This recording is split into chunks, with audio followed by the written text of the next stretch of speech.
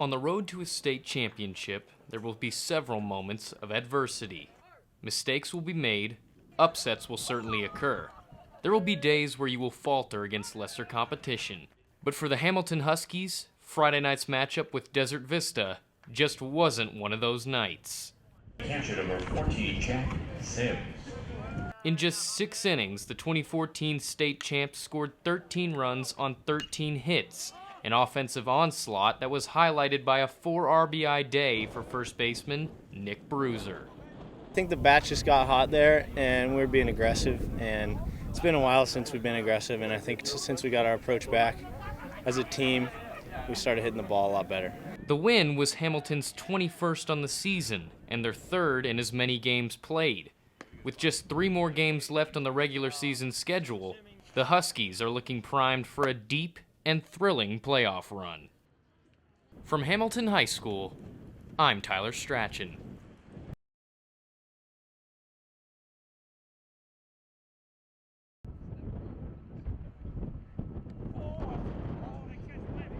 At Hamilton High School in Chandler, Arizona, talented baseball players come from all walks of life, each taking a different path on their way to becoming a part of one of the top high school baseball programs in the country.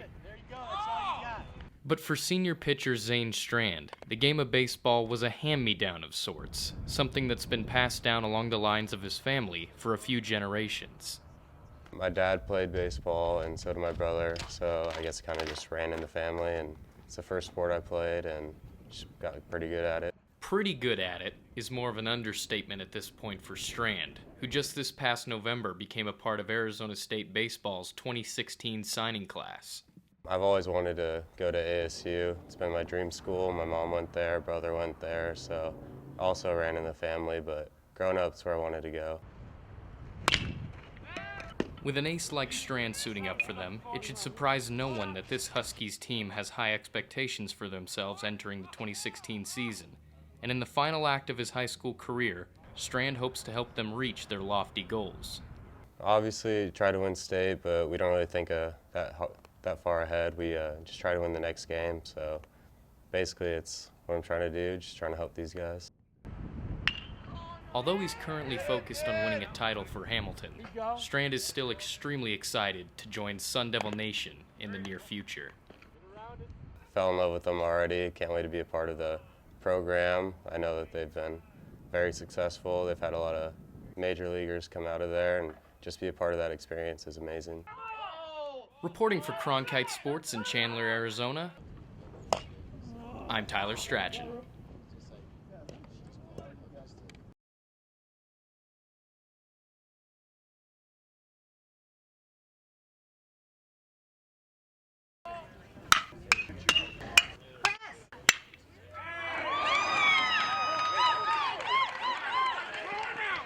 A 7-6 final score usually isn't an indicator of a solid day out on the mound, but for Hamilton High School's Ryan Turner, last Friday night's outing against conference opponent Campo Verde was just that, as the junior allowed just 2 runs to cross home plate over 6 innings of lights-out relief out of the pen.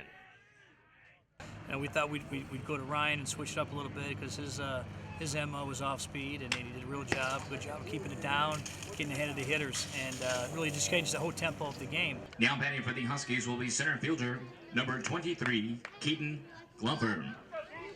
With his offense producing behind him, Turner was able to take advantage of some eager Coyote hitters, using a dominating fastball changeup combination to keep Campo Verde's bats off balance all night. My changeup has always been part of my game, and especially a fastball hitting team like that, I always try to get my changeup feeling good, and always first pitch strikes, get ahead, count early. With the victory, Hamilton's record jumped to an impressive 17-3, making the 2014 state champions one of the favorites to come back with a title later this summer. And on the losing end, the Campo Verde Coyotes saw their record fall to 13-6 on the season. For JMC 346 and Cronkite Sports, this is Tyler Strachan reporting.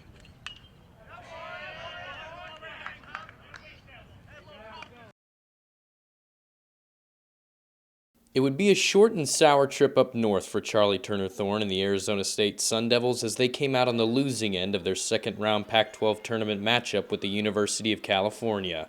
It was the front court duo of Christina Nigwe and Penina Davidson leading the way for the Bears as they combined to go 17 of 19 from the field, accounting for over half of Cal's 75-point scoring output on the night.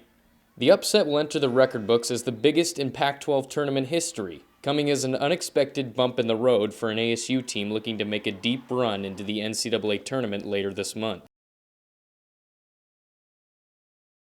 So, what do you believe, Tyler, is the biggest strength and the biggest weakness for the team heading into the season? Yeah, well, I think the biggest strength for ASU is their perimeter defense. You know, last year they had Promise Amukamara, who's one of the best perimeter defensive players in the Pac-12. They lose her to the Phoenix Mercury this year, but you know what? They bring in her little sister, Peace, and she's going to be in the starting lineup, and I think she's going to bring that same dynamic, so I think they keep up that perimeter defense. As far as weaknesses go, I think their biggest weakness is the front court size, and depth. The tallest player on the roster is Quinn Dornstadter, and she's only 6'4". After that, they don't really have any players that are going to be ready to contribute that are over 6'1" or 6 feet tall, so I think they'll have some trouble grabbing boards in the Pac-12. If you had to choose one or two players this year to consider key players, who would they be?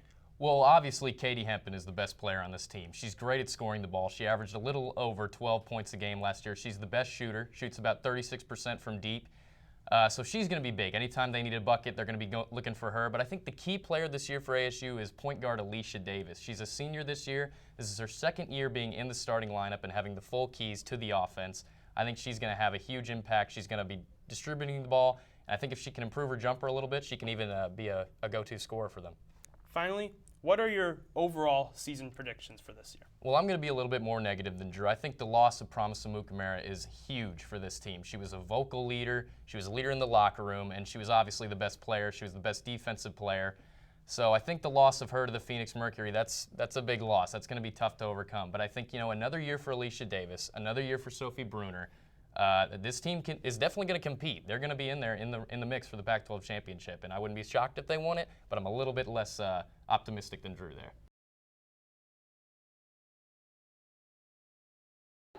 We're here with ASU head coach Charlie Turner Thorne after a tough loss to Cal in the opening round of the Pac-12 tournament.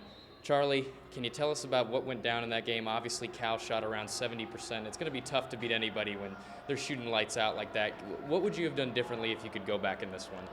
So you talked a lot about focus being an issue in this game. Is there anything you can do as a coach within these 2 weeks that you have leading up to the NCAA tournament to get your team more ready and more focused for their next game? When I say focused, I mean, don't get me wrong. Like, they cared and they prepared.